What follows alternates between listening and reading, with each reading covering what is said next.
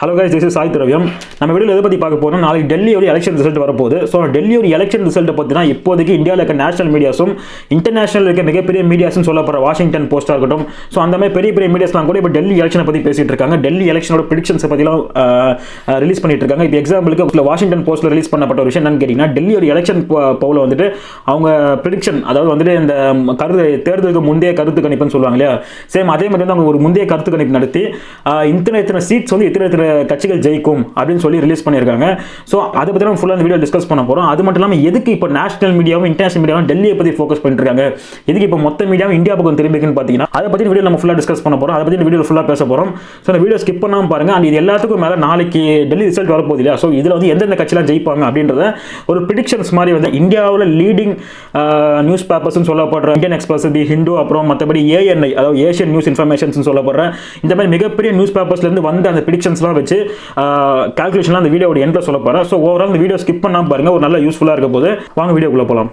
Guys, இப்போ எதுக்கு national மீடியாவும் சரி இன்டர்நேஷனல் மீடியாவும் சரி இப்போ டெல்லியை பற்றி பேசிட்டு இருக்காங்கன்னு பார்த்தீங்கன்னா டெல்லியில் வந்துட்டு இருக்கலே ஒரு நியூவாக ஸ்டார்ட் பண்ண ஒரு பார்ட்டி வந்துட்டு ரூல் பண்ணிட்டு இருக்காங்க. நியூவாக ஸ்டார்ட் பண்ண பார்ட்டினா என்னன்னு கேட்குறீங்களா, அது மாதிரி ஒரு சின்ன விஷயம் சொல்லிடுறேன். டெல்லியில் வந்துட்டு பிஜேபி அண்ட் காங்கிரஸ் இவங்க தான் டெல்லியில் இருக்க ஒரு மிகப்பெரிய ஒரு பார்ட்டி, ஓகேங்களா. அதாவது பிஃபோர் 2012. ஸோ பிஃபோர் 2012க்கு முன்னாடி வந்துட்டு ஏடிஎம்கே, இப்போ நம்ம எப்படி தமிழ்நாட்டில் ஏடிஎம்கே டிஎம்கேன்னு சொல்கிறோமோ சேம் அதே மாதிரி வந்து டெல்லியில் பிஜேபி அண்ட் காங்கிரஸ் தான் நெட்டு ஃபைட் பண்ணிருப்பாங்க. அண்ட் ஓவரால் டெல்லியோட சீட்ஸ் எவ்வளோன்னு பார்த்தீங்கன்னா 70 சீட்டு டெல்லியில். இப்போ நம்ம தமிழ்நாட்டில் 234 சீட்னு சொல்கிறோம் இல்லையா எம்எல்ஏ சீட்ஸ். ஸோ இதே மாதிரி டெல்லியில் 70 எம்எல்ஏ சீட்ஸ் இருக்கு. ஸோ இதில் வந்துட்டு பிஜேபி காங்கிரஸ் தான் வந்து மோஸ்ட்லி நெட்டு சண்டை போட்டுப்பாங்க. இல்லைனா வந்துட்டு ஒன் டைம் வந்து காங்கிரஸ் வரும், ஒன் டைம் பிஜேபி வரும், பட் அந்த மாதிரி வரும். பட் ஃபைனலாக ரீசெண்ட் டைம்ஸில் பார்த்தீங்கன்னா அதாவது இந்த ஸ்டேட் எலெக்ஷனை பொறுத்த வரைக்கும் காங்கிரஸ் தான் வந்து மெஜாரிட்டியாக ஜெயிச்சிருக்காங்க. பிஃபோர் 2012 வரைக்கும் என்னதான் பிஜேபி காங்கிரஸும் சண்டை போட்டுட்டு இருந்தாலும் இல்லை யாராவது மெஜாரிட்டியாக ஜெயிச்சிருப்பாங்க இல்லையா. ஸோ அது யாருன்னு பார்த்தீங்கன்னா காங்கிரஸ் தான், ஓகேங்களா. ஸோ ஃபைன், இதான் 2012 வரைக்கும் பார்த்தீங்கன்னா இந்த ரெண்டு கட்சி தான் டெல்லியில் இருந்திருக்கு. இப்படி தான் சண்டை போட்டு போயிட்டு இருந்தாங்க எலெக்ஷனை பொறுத்து, அதாவது பாலிடிக்ஸை பொறுத்த வரைக்கும். அண்ட் ஃபைனலாக வந்து 2012 வந்துட்டு ஒரு கட்சி ஒன்று ஆரம்பிக்கிறாங்க, ஆம் ஆத்மி பார்ட்டின்னு சொல்லி ஒரு கட்சி. இந்த கட்சியோட ஹெட் யாருன்னு பார்த்தீங்கன்னா டெல்லியோட இன்கம் டேக்ஸ் ஜாயின்ட் கமிஷனர் தான் அந்த கட்சியோட ஹெட்டாக வர்றாரு 2012. அண்ட் அவர் யாருன்னு கேட்டீங்கன்னா அரவிந்த் கெஜ்ரிவால், இப்போதைக்கும் பிரசன்ட்ல இருக்க சிஎம், ஓகேங்களா. ஸோ 2012 வந்துட்டு ஆம் ஆத்மின்னு சொல்லி ஒரு கட்சி ஆரம்பிக்கிறாங்க, அதாவது ஆம் ஆத்மி பார்ட்டி ஏஏபின்னு சொல்லுவாங்க. கட்சி ஆரம்பிக்கிறாங்க 2012 ஆரம்பிக்கிறாங்க. 2013 வந்து ஒரு எலெக்ஷன் வருது. பிகாஸ் 2008 ஒரு எலெக்ஷன் போச்சு, 5 இயர்ஸ் டேர்ம் முடிஞ்சதுக்கப்புறம் 2013 ஒரு எலெக்ஷன் வருது. வந்துட்டு எல்லாம் என்ன நினைச்சாங்கன்னா வந்துட்டு பிஜேபி அண்ட் காங்கிரஸ் இவங்க தான் வந்துட்டு ஒரு பெரிய போட்டி இருக்க போது, என்னதான் ஆம் ஆத்மின்னு ஒரு கட்சி இருந்தாலும் பிஜேபி காங்கிரஸ் தான் ஏதாச்சும் ஒன்று ஜெயிக்க போகிற மைண்ட் செட்டில் இருந்தாங்க. பட் ரிசல்ட் வரும்போது எல்லாருக்கும் ஒரு மிகப்பெரிய அதிர்ச்சி. என்னன்னு கேட்டீங்கன்னா ஆம் ஆத்மி பார்ட்டி வந்துட்டு 70 சீட்டில் 67 சீட் வந்து ஓன் பண்ணியிருக்காங்க. நினைச்சு பாருங்க, 2012 ஸ்டார்ட் பண்ண பார்ட்டி 2013 எலெக்ஷனை மீட் பண்ணுறாங்க. 1 இயர் அந்த கட்சியோட மொத்த ஒருத்தே 1 இயர் தான். அதோட தலைவர் அரவிந்த் கெஜ்ரிவால் வந்துட்டு சிஎம் கேண்டிடேட் வர. ஸோ அவர் வந்து எந்த ஒரு சினிமா நடிகரோ இல்லை எந்த ஒரு சினிமா பின்புலமோ இல்லைனா வந்து மற்றபடி இந்த அரசியல் பின்புலமோ எதுவுமே இல்லாமல் ஒரு கட்சி ஆரம்பிச்சு 2012 ஆரம்பிச்சு 2013 சிஎம் ஆகிறாரு. கட்சி 67 சீட்டில் ஜெயிக்கிறாங்க. மீதி இருக்க 3 சீட்டில் வந்து பிஜேபி ஜெயிக்கிறாங்க. அண்ட் அன்ஃபார்ச்சுனேட்லி காங்கிரஸ்க்கு 0 அந்த 2013 எலெக்ஷனில். ஸோ இப்படி ஒரு மிகப்பெரிய ஸ்வைப் வந்ததுக்கு அப்புறம் தான் டெல்லியை பற்றி இன்டர்நேஷனல் லெவலில் பேச ஆரம்பிச்சது 2013. சரி, நேஷனல் மீடியாஸாக இருக்கட்டும். பிகாஸ் அது வரைக்கும் டெல்லி வந்து யாரும் பெருசாக கருதலை. இப்போ எப்படி நம்ம வந்துட்டு ஹரியானா, இப்போ போன வருஷம் ஹரியானா எலெக்ஷன் போச்சு, நம்ம ஹரியானா எலெக்ஷனை பற்றி நம்ம பெருசாக பேசினாலும் பட் நம்ம வந்து டெய்லி நம்ம அதை பற்றி டிஸ்கஸ் பண்ணிருக்க மாட்டோம். அண்ட் ஆஃப்கோர்ஸ் மகாராஷ்டிரா எலெக்ஷன் இப்போ ரீசெண்ட் டைமில் போச்சு, நிறைய குளறுபடிலாம் நடந்துச்சு. பட் இதெல்லாம் தள்ளி வச்சா இதெல்லாம் பெரிய பெரிய ஸ்டேட்ஸ், ஓகேங்களா. டெல்லியோட சீட்ஸ் கம்பேர் பண்ணும்போதோ இல்லை டெல்லியோட நிலப்பரப்பை கம்பேர் பண்ணும்போதெல்லாம் இல்லை மக்கள் தொகையை கம்பேர் பண்ணும்போதெல்லாம் எல்லாமே சரி, ஹரியானாவும் மகாராஷ்டிரா வந்துட்டு ஒரு பெரிய ஸ்டேட்ஸ். நம்ம அதை பற்றி அவ்வளோ பேசுனது கிடையாது. பட் டெல்லியை பற்றி இந்த அளவுக்கு பேசுகிற காரணம் வந்து நான் இப்போ சொன்ன மாதிரி இந்த ஆம் ஆத்மி பார்ட்டின்னு ஒரு கட்சி உள்ள வந்து ஒரு மிகப்பெரிய ஸ்வைப் பண்ணி 67 சீட் ஜெயிச்சு வந்து ஒரு மிகப்பெரிய ஆச்சரியமான விஷயம் தான், ஓகேங்களா. ஃபைன், இந்த ஆம் ஆத்மி பார்ட்டி எப்படி உள்ள வந்தாங்க அப்படின்ற ஒரு சின்ன ஃபிளாஷ்பேக் சொல்லிடுறேன். அண்ட் ஃபர்தர் நான் எலெக்ஷனை வச்சு கண்டினியூ பண்ணுறேன். ஸோ இந்த ஃபிளாஷ்பேக்கை பற்றி பார்க்கணும், ஆம் ஆத்மி பார்ட்டி எப்படி ஆரம்பிச்சாங்கன்ற பற்றி பார்க்கணும். நம்ம 2012க்கு போனோம். 2012 நம்ம தமிழ்நாடு எடுத்துக்கோங்க. தமிழ்நாட்டில் எந்த ஒரு நியூஸ் சேனல் ஓப்பன் பண்ணாலும் நமக்கு முதல்ல வர பேர் என்னன்னு கேட்டிங்கன்னா அண்ணா சார். இந்த அண்ணா சார் வந்து உண்ணாவிரதம் இருந்தார். இந்த அண்ணா சாரேன்ற இந்த ஒரு லைன் வந்து நம்ம 2012 நிறைய பேர் கேள்விப்பட்டிருப்போம். இதெல்லாம் தள்ளி வச்சு நீங்கள் பார்த்தா கூட தமிழ் சினிமாவில் ஒஸ்டி படத்தில் சந்தானமே சொல்லியிருப்பாரு, இவர் பெரிய அண்ணா சார், இவர் செல்வாக்கு குறைக்க போகிறாங்கன்ட்டு. ஸோ இந்த மாதிரி லைன்ஸ்லாம் வந்து படத்திலே வச்சிருக்காங்க. ஸோ அந்த அளவுக்கு ஒரு ஃபேமஸான விஷயம் கேட்டிங்கன்னா அண்ணா சார்ன்ற வார்த்தையை நமக்கு எல்லாமே கேள்விப்பட்டிருப்போம் 2012. ஸோ இந்த அண்ணா சார் வந்து எதுக்காக போராடினார்னு பார்த்தீங்கன்னா இந்தியாவில் வந்துட்டு ஊழல் அதிகமாகிடுச்சு. ஸோ அப்போ வந்து சென்ட்ரல் கவர்மெண்ட் காங்கிரஸ் பார்ட்டி இருந்தாங்க. ஸோ 2012 ஸோ இந்தியாவில் வந்து ஊழல் அதிகமாகிடுச்சு. ஸோ அதனால காங்கிரஸ் பார்ட்டி வந்துட்டு ஒரு பில் பாஸ் பண்ணணும், ஊழலுக்கு அகேன்ஸ்டாக ஒரு மிகப்பெரிய ஒரு கடுமையான சட்டங்கள் ஏற்றி ஒரு பில்லை பில்லை வந்து காங்கிரஸ் பார்ட்டி வந்து பாஸ் பண்ணணும்னு சொல்லி அண்ணா ஹசாரே உண்ணாவிரதம் இருந்தார். 2012 ஏப்ரல் 5லேருந்து 2000 ஏப்ரல் 9 வரைக்கும் 2012 அந்த ஒரு 4-5 டேஸ் வந்து அண்ணா ஹசாரே உண்ணாவிரதம் இருந்தார். அண்ட் ஃபைனலாக காங்கிரஸ் பார்ட்டியும் அண்ணா ஹசாரோட உண்ணாவிரதத்தை ஏற்றுக்கிட்டு அந்த பில்லை வந்து பாஸ் பண்ணாங்க பார்லிமெண்ட்டில். ஃபைனலாக அந்த அண்ணா ஹசாரே யாருன்ற ஒரு சின்ன விஷயமா சொல்லிடுறேன். அந்த அண்ணா ஹசாரேன்றவர் வந்து 1937 பிறந்தார். இவர் வந்து காந்திஜி இருக்கும்போது, அதாவது மகாத்மா காந்தி இருக்கும்போது அவரோட சேர்ந்து நிறைய உண்ணாவிரதங்கள்லாம் பண்ணியிருக்காரு. இவர் ஒரு 10 வயசு இருக்கும்போது இவர் காந்திஜியோட சேர்ந்து போராட்டங்கள்லாம் கலந்துருக்காருன்னு சொல்லி தனியாக ஒரு சோர்ஸ் சொல்லுது. ஸோ இப்போ நமக்கு அது வேண்டாம், நம்ம ப்ரெசென்ட்டுக்கே வருவோமே. ஸோ அண்ணா ஹசாரே வந்து ஒரு போராட்டம் பண்ணுறாரு. ஸ்கூல் வந்து அரவிந்த் கெஜ்ரிவால் ஜாயின் பண்ணுறாரு. அதாவது அரவிந்த் கெஜ்ரிவால் யாருன்னு பார்த்தீங்கன்னா, நான் ஃபர்ஸ்டே சொன்ன மாதிரி டெல்லியோட இன்கம் டேக்ஸ் ஜாயின்ட் கமிஷனர். இவர் வந்து அண்ணா ஹசாரேவோட உண்ணாவிரதம் போராட்டம், இந்த ஊழலுக்கு எதிராக வந்து பில் பாஸ் பண்ணுங்கன்னு சொல்லப்பட்ட இந்த ஒரு போராட்டத்தில் அரவிந்த் கெஜ்ரிவால் கூட ஜாயின் பண்ணிக்கிறாரு. அண்ட் ஃபைனலாக வந்து இந்த போராட்டம் ஜெயிக்குது. ஏன்னா காங்கிரஸ் கவர்மெண்ட் அக்செப்ட் பண்ணிக்கிறாங்க, போராட்டம் ஜெயிக்குது. பட் அரவிந்த் கெஜ்ரிவாலுக்கு ஒரு சின்ன ஒரு மைண்டில் வந்து ஒரு விஷயம் ரன் ஆகிட்டே இருக்கு. நம்ம வந்து என்னதான் நம்ம வந்து போராட்டம் பண்ணிட்டே இருந்தாலும் நம்ம நிறைய விஷயங்கள் இருக்கு இந்தியாவில் ஊழல் பண்ணுறது. ஊழல்ன்றது நம்ம வந்துட்டு இந்த பெரிய பெரிய விஐபிஸ் பண்ணுறாங்க, டாக்ஸ் கட்ட மாட்டாங்க, இல்லை பிளாக் பண்ணி நம்ம அதெல்லாம் தள்ளி வச்சாலும் ஊழல்ன்றது விஐபியிலேருந்து கீழே வரைக்கும், அதாவது ஒரு அடிமட்டம் வரைக்கும் ஊழல் இருக்குன்றது தான் நம்மளால அக்செப்ட் பண்ண முடியாத ஒரு பாயிண்ட். நான் எக்ஸாம்பிள் கொடுக்குற அவசியமே கிடையாது. இந்த வீடியோ பார்த்துருக்க உங்களுக்கு நிறைய பேருக்கு புரியும் நான் என்ன சொல்ல வரேன்ட்டு. ஸோ ஊழல்ன்றது இந்தியாவில் ஃபுல்லாகவே கலந்துருக்க ஒரு விஷயம். ஸோ அதனால் வந்து இந்தியாவில் நம்ம பாலிடிக்ஸ்க்கு வந்து நமக்கு வந்து இந்தியன் கவர்மெண்ட் நம்ம கையில் வரணும்.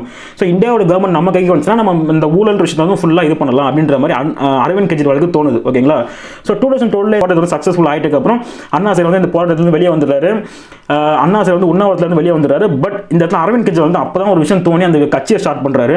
பட் என்ன இருந்தாலும் அண்ணா ஹசாரே பொறுத்த வரைக்கும் இந்த கட்சி ஸ்டார்ட் பண்ணுற பெரிய வெறுப்பு எதுவுமே கிடையாது. பிகாஸ் வந்து அவர் இந்த கட்சிக்கு சப்போர்ட்டும் பண்ணல, அட் சேம் டைம் கட்சி வேணாம்னு சொல்ல. பட் அரவிந்த் கெஜ்ரிவால் அவுட் சைட்லேருந்து இந்த கட்சியை ஸ்டார்ட் பண்ணுறாரு. இந்த கட்சியோட கொள்கைகள் என்னன்னு கேட்டிங்கன்னா, ஒரு சில முக்கியமான விஷயத்தை மட்டும் சொல்கிறேன். அதாவது இந்தியாவில் வந்து ஊழல் இருக்கவே கூடாதுன்றது அவங்க மிகப்பெரிய ஒரு கொள்கை. ரெண்டாவது, எல்லாருமே ஈக்குவலாக இருக்கணும் அப்படின்ற மாதிரி சில பல கொள்கைகள்லாம் வச்சிருக்காங்க. பட் இவங்க வந்து முழுக்க இவங்க சொல்லப்படுற விஷயம் என்ன கேட்டிங்கன்னா, இந்தியாவில் ஊழல் இருக்கக்கூடாது அப்படின்ற விஷயம், அதாவது கரப்ஷன் இருக்கவே கூடாதுன்றது அந்த கட்சியோட மிகப்பெரிய கொள்கையாக இருக்குது. அந்த 2013 வந்து டெல்லி ஒரு எலெக்ஷன் வருது. சேம் இப்போ நாளைக்கு ரிசல்ட் வரப்போது. சேம் இதே எலெக்ஷன் 2013 வருது. பிகாஸ் 2008 முடிஞ்சு 2013 நெக்ஸ்ட் எலெக்ஷன் வரும்போது டெல்லிக்கு அந்த எலெக்ஷன் வருது. ஓகேங்களா? மிகப்பெரிய கேம்பெயினில் இறங்குறாங்க. ஆம் ஆத்மி பார்ட்டி ஸ்டார்ட் பண்ணி நிறைய தொண்டர்கள் ஆம் ஆத்மி பார்ட்டியில் சேர்றாங்க. இந்தியா ஃபுல்லாக சேர்றாங்க. இன்ஃபேக்ட் சொல்ல போனால் தமிழ்நாட்டில் கூட நிறைய பேர் ஆம் ஆத்மி பார்ட்டியில் இருக்காங்க நான் கேள்விப்பட்டேன். பெரிய லெவலில் கவுண்ட் சொல்ல முடியலனாலும் டெல்லியில் புதுசாக ஆரம்பித்த பார்ட்டிக்கு தமிழ்நாட்டில் வந்து நிறைய பேர் ஃபாலோ பண்ணுறாங்கன்ற ஒரு மிகப்பெரிய விஷயம் தான் இல்லையா? ஸோ இதே மாதிரி வந்துட்டு ஆம் ஆத்மி பார்ட்டி நிறைய பேர் வந்து இந்தியாவில் நிறைய காரணம் சேர்றாங்க. டெல்லியோட ஸ்டேட் எலெக்ஷனில் ஒரு மிகப்பெரிய பிரச்சாரம் பண்ணுறாங்க, மிகப்பெரிய கேம்பெயினிங் பண்ணுறாங்க. அண்ட் ஃபர்தர் அவங்க கடைசி ரிசல்ட் என்னன்னு பார்த்தீங்கன்னா 67 சீட்ஸ் ஜெயிச்சிருக்காங்க 70க்கு. அண்ட் பிஜேபி 3 சீட்ஸும் ரூலிங்கில் இருந்த இந்தியன் நேஷனல் காங்கிரஸை சுத்தமாகவே ஸ்வைப் பண்ணிட்டாங்க. இந்த 0 சீட்ஸ் தான் அன்ஃபார்ச்சுனேட்லி. ஸோ நான் ஃபஸ்ட்டே சொன்னாமல் இந்த ஒரு விஷயம் தான் வந்துட்டு வேர்ல்டில் இருக்க எல்லா மீடியாவுமே திரும்பி பார்க்க வச்சது. ஒரு எப்படி சொல்கிறது, ஏன்னா பிகாஸ் நமக்கே வந்து ஒரு பெரிய ஒரு கூஸ் பம்ப்ஸ் இருக்கும் இல்லையா? இதே ஒரு திடீர்னு ஒருத்தர் கட்சி ஆரம்பிச்சு எந்த ஒரு அரசியல் பின்புலமும் இல்லாமல் திடீர்னு ஒருத்தர் கட்சி ஆரம்பிச்சு நெக்ஸ்ட் இயரே வந்து சிஎம் ஆகுதுன்றலாம். ஆந்திராவில் என்டிஆர் பண்ணார். பட் என்டிஆர் சினிமா ஆக்டர்ன்ற ஒரு ஃப்ரேமை வச்சு அவர் கொஞ்சம் யூஸ்ஃபுல்லாக இருந்துச்சு. பிகாஸ் அவர் வந்துட்டு 1 இயர் முன்னாடி கட்சி ஆரம்பிச்சாரு. அண்ட் ஃபர்தர் நெக்ஸ்ட் இயரே வந்து ஆட்சியை பிடிச்சாரு. இது ஆந்திராவோட வரலாற்றில் இருக்குது. பட் அது வந்து சினிமா ஆக்டர்ன்ற ஒரு ஃப்ரேம் இருந்துச்சு. பட் அரவிந்த் கெஜ்ரிவாலுக்கு எதுவுமே கிடையாது. பிகாஸ் அவர் வந்து ஜஸ்ட் ஒரு என்னதான் வந்து இன்கம் டேக்ஸ் ஜாயின்ட் கமிஷனாக இருந்தாலும் அந்தளவுக்கு ஒரு பெரிய ஃப்ரேம் கிடையாது.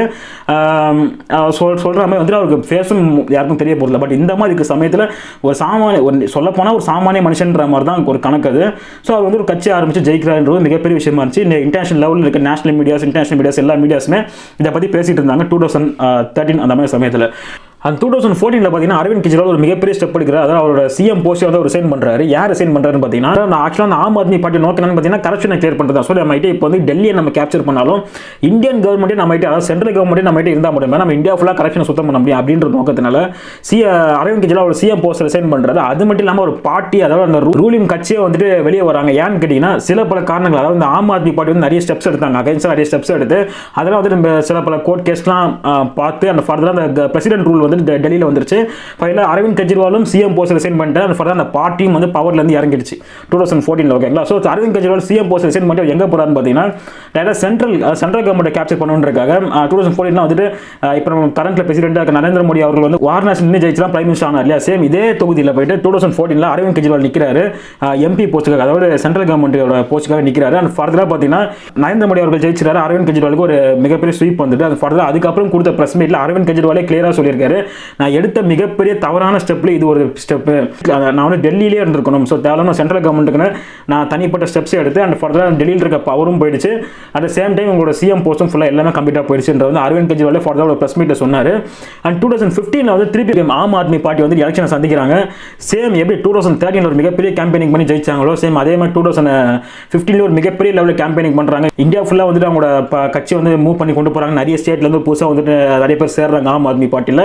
And for 2015 Aam Aadmi party ஜெயிக்கிறாங்க. இதே மாதிரி எப்படி 2013 ஜெயிச்ச மாதிரி 2015 ஜெயிக்கிறாங்க. அந்த டைமில் பார்த்தீங்கன்னா சேம் இதே மாதிரி காங்கிரஸ்க்கும் எதுவும் பெரிய சீட் கிடைக்கல. அண்ட் பிஜேபியும் வந்து மிகப்பெரிய ஒரு தோல்வி அடைகிறாங்க. ஆம் ஆத்மி பார்ட்டி ரூலிங்க்கு வந்துடுறாங்க 2015. எப்படி 2014 அவங்க கட்சி போனாலும் அவங்க ஆட்சி போனாலும் 2015 சேம் அதே மாதிரி அரவிந்த் கெஜ்ரிவால் தலைமையில் ஆம் ஆத்மி பார்ட்டி வந்துடுறாங்க.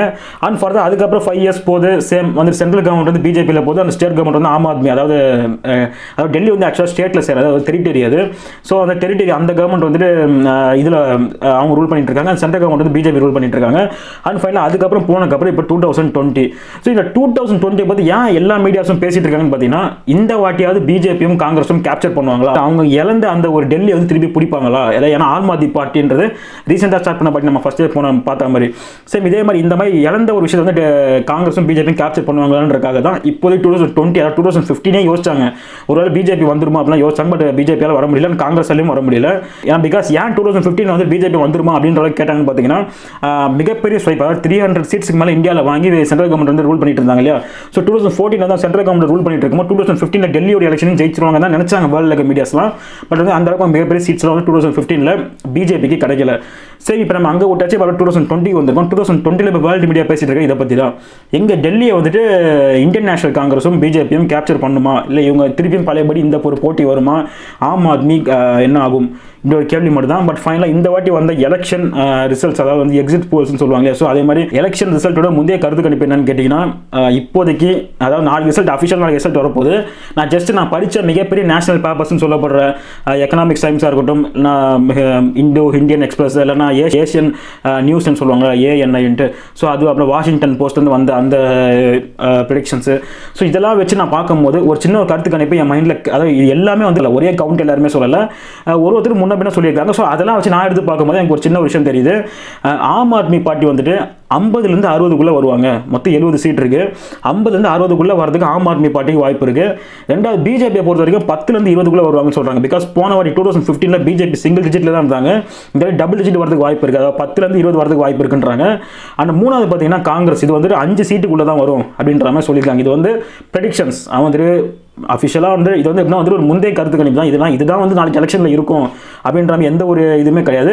பட் அக்கார்டிங் அதாவது இந்த கிரவுண்ட் அதாவது ஃபீல்டில் போய் கேட்பாங்க இல்லையா, பப்ளிக்கில் கேட்குற ஒப்பீனியன்ஸாக இருக்கட்டும், ஆன்லைனில் இவங்க கேதர் பண்ணுற இன்ஃபர்மேஷன்ஸாக இருக்கட்டும், அதாவது சோஷியல் மீடியாஸில் அதாவது ஃபேஸ்புக் இன்ஸ்டாகிராம்லாம் கூட யாருக்கு சப்போர்ட் பண்ணி நிறைய போஸ்டெல்லாம் வருது. இந்த மாதிரி நிறைய விஷயங்களை கேதர் பண்ணி கொடுக்குற இன்ஃபர்மேஷன்ஸ் தான் இது. பிறகு நாளைக்கு வரதில் பெரிய சேஞ்சஸும் இருக்கலாம், இல்லை இந்த மாதிரி பெரிய நியூஸ் பேப்பர்ஸ் சொன்ன ப்ரிடிக்ஷன்ஸில் கிட்டத்தட்ட லைட்டாக மேட்ச் ஆகிற மாதிரி இருக்கலாம். நான் ஒன்று சொன்னால் திருப்பி ரிப்பீட் பண்ணுறேன். ஆம் ஆத்மி பார்ட்டி டெல்லியில் நாளைக்கு வரப்போகிற எலெக்ஷன் ரிசல்ட்டோட ப்ரெடிக்ஷன்ஸ் கேட்டிங்கன்னா ஆம் ஆத்மி பார்ட்டி 50லேருந்து 60க்குள்ளே வரும்னு சொல்லியிருக்காங்க. பிஜேபி வந்துட்டு 10லேருந்து 20க்குள்ளே வரும்னு சொல்லியிருக்காங்க. அண்ட் காங்கிரஸ் வந்துட்டு 5க்குள்ளே வரும்னு சொல்லியிருக்காங்க. ஸோ இது வந்துட்டு இப்போதைக்கு வந்திருக்க ஒரு எலெக்ஷனோட ப்ரெடிக்ஷன்ஸ். அண்ட் கைஸ் இதெல்லாம் உங்ககிட்ட நான் ஷேர் பண்ண நினச்சேன். ஆம் ஆத்மி பார்ட்டியோட ஸ்டோரி கேட்டிருப்பீங்க, ஒரு மிகப்பெரிய ஒரு கூஸ் பம்ஸாகவே இருந்திருக்கும். அண்ட் கைஸ் நான் ஒரு சின்ன சேஞ்சஸ் பண்ணிடுறேன். நான் அந்த வீடியோவில் பேசும்போது 2013 எலெக்ஷனில் வந்துட்டு ஆம் ஆத்மி பார்ட்டி 67 சீட் ஜெயிச்சிருப்பாங்கன்னு சொல்லியிருப்பேன்.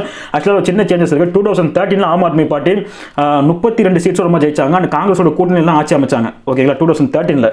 2015 அகைன் வந்து நான் சொன்னேன் இல்லையா, அப்புறம் சென்ட்ரல் எலெக்ஷன் வந்துச்சு, அரவிந்த் கெஜ்ரிவால் ரிசைன் பண்ணாரு.